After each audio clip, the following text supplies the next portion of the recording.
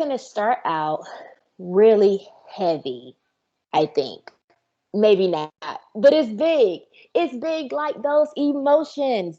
So, the past 2 weeks, we've talked about big emotions. That's been our focus.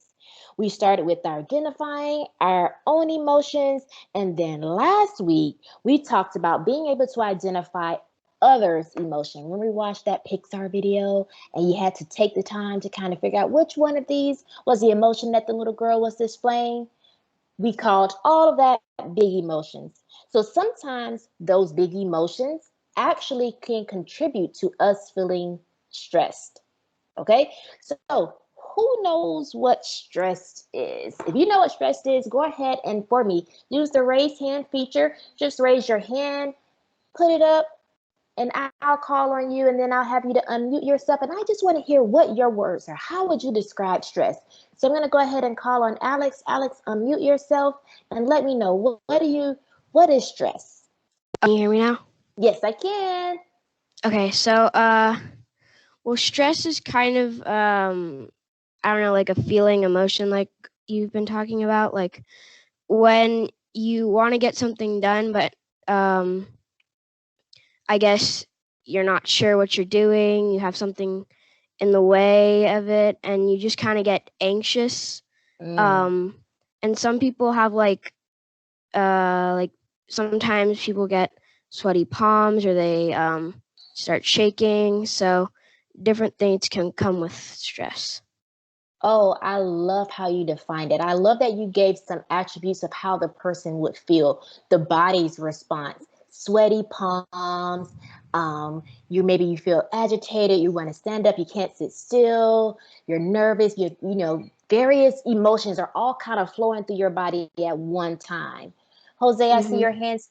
I see your hand still up. Thank you for sharing that, Alex. Jose, do you want to add anything? Oh, you pulled your hand down really fast. So are we in agreement? Was Alex's definition kind of spot on? Like it's how you feel about stress? I'm pretty sure, like I agree with it. It was a really good definition. As an adult, I feel stressed a lot, and a lot of times those are the exact feelings that my body displays. So let's just give a different definition. Let's kind of clarify and solidify that definition. So stress is what you are worried or uncomfortable about something. Doesn't matter what it is, big or small, anything that's making us worried or uncomfortable at that moment. So, this worry that's in your mind can make your body feel just how Alex explained it, kind of bad. Not really like yourself, like everything's, something's just not right. So, you could also feel angry. You might feel frustrated. You might be scared. You could be afraid. And all of those things could give you a stomach ache and even a headache. Some people get headaches when they're stressed out. So when you're stressed, you may not feel like eating and sleeping, or it might be the total opposite. You might eat and you might sleep a whole lot more. You might be cranky, like, oh, I want to do this, or you might have trouble paying attention. And we know that we have work that we're doing, we're actively engaging in lessons every day for so many different subjects, and you might have trouble paying attention. You just can't do it. Or even at home, your mom might have asked you to take out the trash, and oh my God, you forgot. You forgot to do it. But not that you didn't want to do it, you just totally forgot to do it.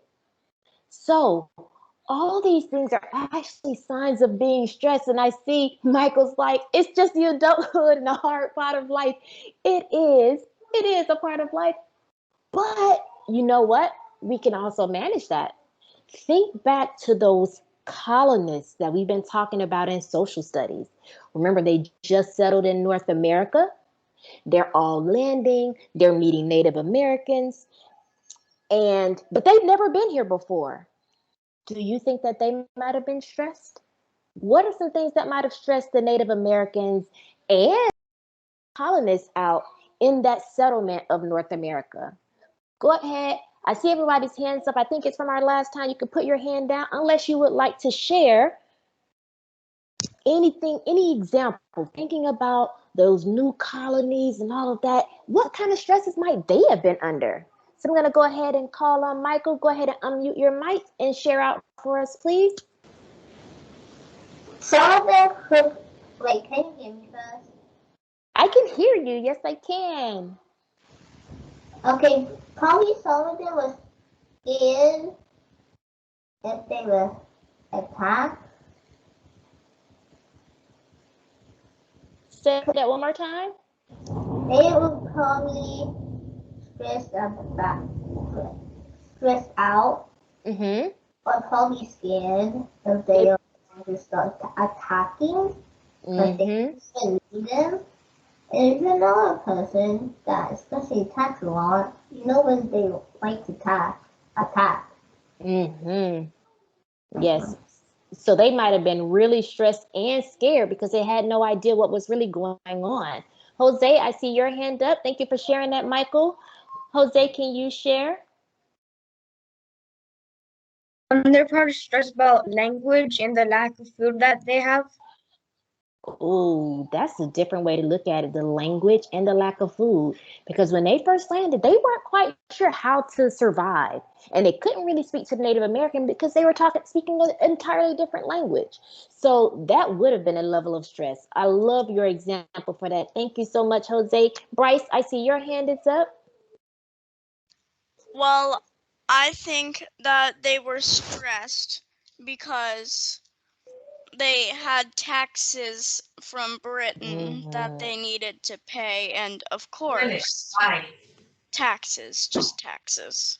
And they were stressed about moving to the New World because it could have been dangerous because, you know, unknown things, and the journey probably was dangerous because traveling across like 10,000 miles of sea is definitely not very good. Those were amazing examples, Bryce. That could cause a lot of stress. And they probably knew or did not know how to handle that stress. So we're going to learn some things today that are really going to help us as we are living in our own world with our own stressors. How can we deal with those?